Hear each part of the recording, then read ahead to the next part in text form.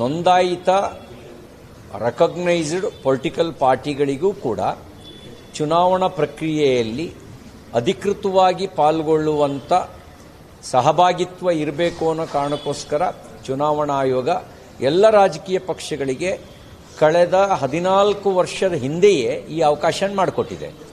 2012ನಲ್ಲೇ ಎಲ್ಲ ರಾಜಕೀಯ ಪಕ್ಷಗಳಿಗೆ ಒಂದು ಸುತ್ತೋಲೆ ಕಳಿಸಿ, ನೀವು ವಿಧಾನಸಭಾ ಕ್ಷೇತ್ರಕ್ಕೆ ಒಬ್ಬ BLA 1 ಪ್ರತಿ ಬೂತ್ಗೆ ಒಬ್ಬ BLA 2 ಬೂತ್ ಲೆವೆಲ್ ಏಜೆಂಟ್ 2 ನೀವು ಅವರ ಭಾವಚಿತ್ರದ ಜೊತೆಗೆ ಅವರ ವಿವರವನ್ನು ಕಳಿಸ್ಕೊಡ್ಬೇಕು. ಅವರು ಚುನಾವಣೆ ಪ್ರಕ್ರಿಯೆಯಲ್ಲಿ ಅವರ ಸಹಭಾಗಿತ್ವ ಇರಬೇಕು ಅಂತ ಅವಕಾಶ ಮಾಡಿಕೊಟ್ಟಿದೆ. ಯಾವುದಾದ್ರೂ ರಾಜಕೀಯ ಪಕ್ಷ ಅವರು BLA 1 ಅಪಾಯಿಂಟ್ ಮಾಡಿಲ್ಲ ಅಂತ ಹೇಳಿದ್ರೆ, BLA 2 ಅಪಾಯಿಂಟ್ ಮಾಡಿಲ್ಲ ಅಂದರೆ ಅದು ಅವರ ವಿಫಲತೆ, ಅವ್ರ ಫಾಲ್ಟು, ಚುನಾವಣಾ ಆಯೋಗದ ಆಕ್ಷೇಪ ಅಲ್ಲ. ಇವ್ರು ಕಳಿಸ್ತಾ ಇದ್ರೆ ಇವ್ರದ್ದು ದೌರ್ಬಲ್ಯ ಇದು. ಕೆಲವರಿಗೆ ಆ ವ್ಯವಸ್ಥೆ ಮೇಲೆ ನಂಬಿಕೆಯೇ ಇರಲ್ಲ, ಅವ್ರು ಮಾಡಿರಲ್ಲ. ನಂಬಿಕೆ ಇದ್ದವ್ರು ಮಾಡಿರ್ತಾರೆ.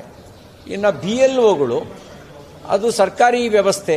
BLOಗಳು 90% BLOಗಳು ಶಿಕ್ಷಕರೋ, ಅಂಗನವಾಡಿ ಶಿಕ್ಷಕರೋ, ಕಂದಾಯ ಇಲಾಖೆ ಅಧಿಕಾರಿಗಳು, ಕಾರ್ಪೊರೇಷನ್ ಅಧಿಕಾರಿಗಳು ಆಗಿರ್ತಾರೆ.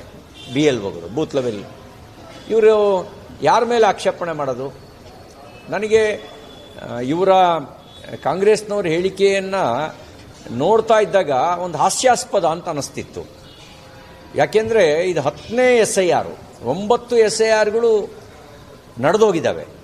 ಅದರಲ್ಲಿ ನನಗಿರೋ ಮಾಹಿತಿ ಪ್ರಕಾರ 7 SIRಗಳು ಕಾಂಗ್ರೆಸ್ ಆಡಳಿತದ ಅವಧಿಯಲ್ಲಿ ನಡೆದಿದ್ದಾವೆ.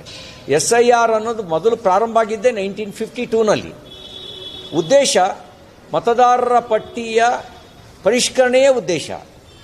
ಶುದ್ಧವಾದ ಮತಗಳು ಇರಬೇಕು, ನಕಲಿ ಮತಗಳು ಮತದಾರರ ಪಟ್ಟಿಯಿಂದ ಹೋಗಬೇಕು, ಡಬಲ್ ವೋಟ್ ಇರೋವಂಥದ್ದು ಇಂಥವೆಲ್ಲ ಹೋಗಬೇಕು, ಸತ್ತಿರೋ ವೋಟ್ಗಳು ಹೋಗಬೇಕು, ನಕಲಿ ಮತಗಳು ಸೇರಬಾರ್ದು.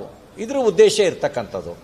ಶುದ್ಧೀಕರಣ ಪ್ರಕ್ರಿಯೆಯನ್ನೇ ಅನುಮಾನದಿಂದ ನೋಡೋದು, ಅಪಪ್ರಚಾರ ಮಾಡೋದು, ಇದನ್ನು ನೋಡಿದಾಗ ಇಡೀ ಕಾಂಗ್ರೆಸ್ ಒಂದು ಟೂಲ್ ಕಿಟ್ ರಾಜಕಾರಣದ ಭಾಗವಾಗಿ ಕಾರ್ಯನಿರ್ವಹಿಸ್ತಾ ಇದೆ ಅಂತ ಅನಿಸ್ತಾ ಇದೆ.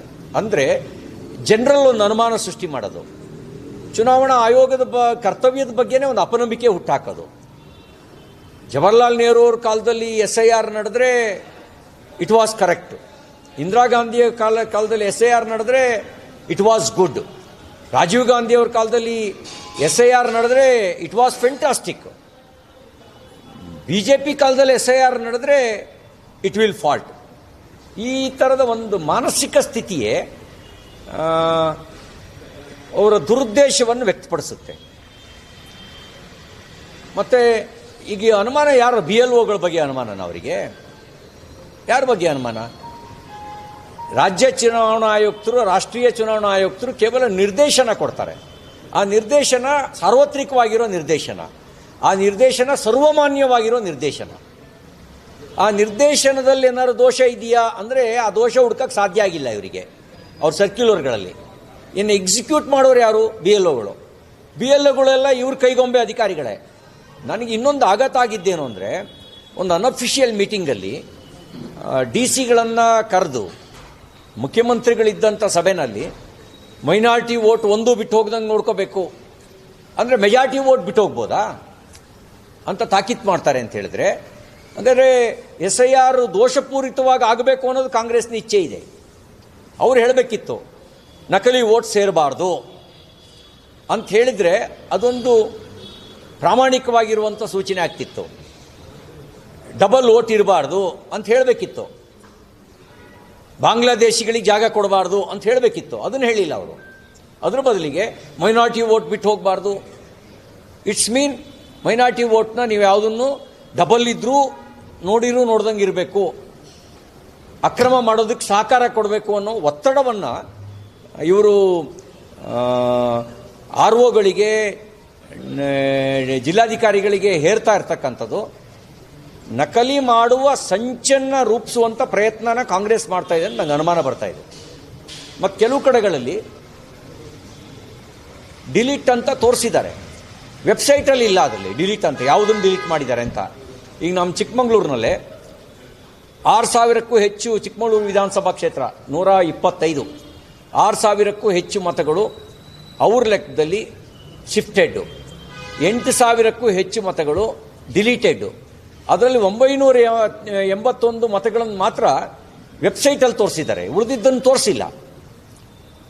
ಇನ್ನೂ ಕೆಲವುದು ನಮಗೆ ಅನುಮಾನ ಇರೋದು, ಇವು ಯಾವುದನ್ನು ಮ್ಯಾಪಿಂಗ್ ಮಾಡಿದಾರೋ ಆ ಮ್ಯಾಪಿಂಗ್ನಲ್ಲಿ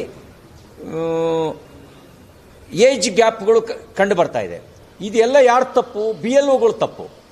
ಅವ್ರು ಗಮನಿಸಬೇಕಾದ್ರೆ BLOಗಳು ಯಾರ ಅಂಡರಲ್ಲಿದ್ದಾರೆ? ರಾಜ್ಯ ಸರ್ಕಾರದ ಅಂಡರಲ್ಲಿದ್ದಾರೆ. ಇಲ್ಲಿಯ ರಾಜ್ಯ ಸರ್ಕಾರದ ಅಂಡರಲ್ಲಿರ್ತಕ್ಕಂಥವ್ರು BLOಗಳು.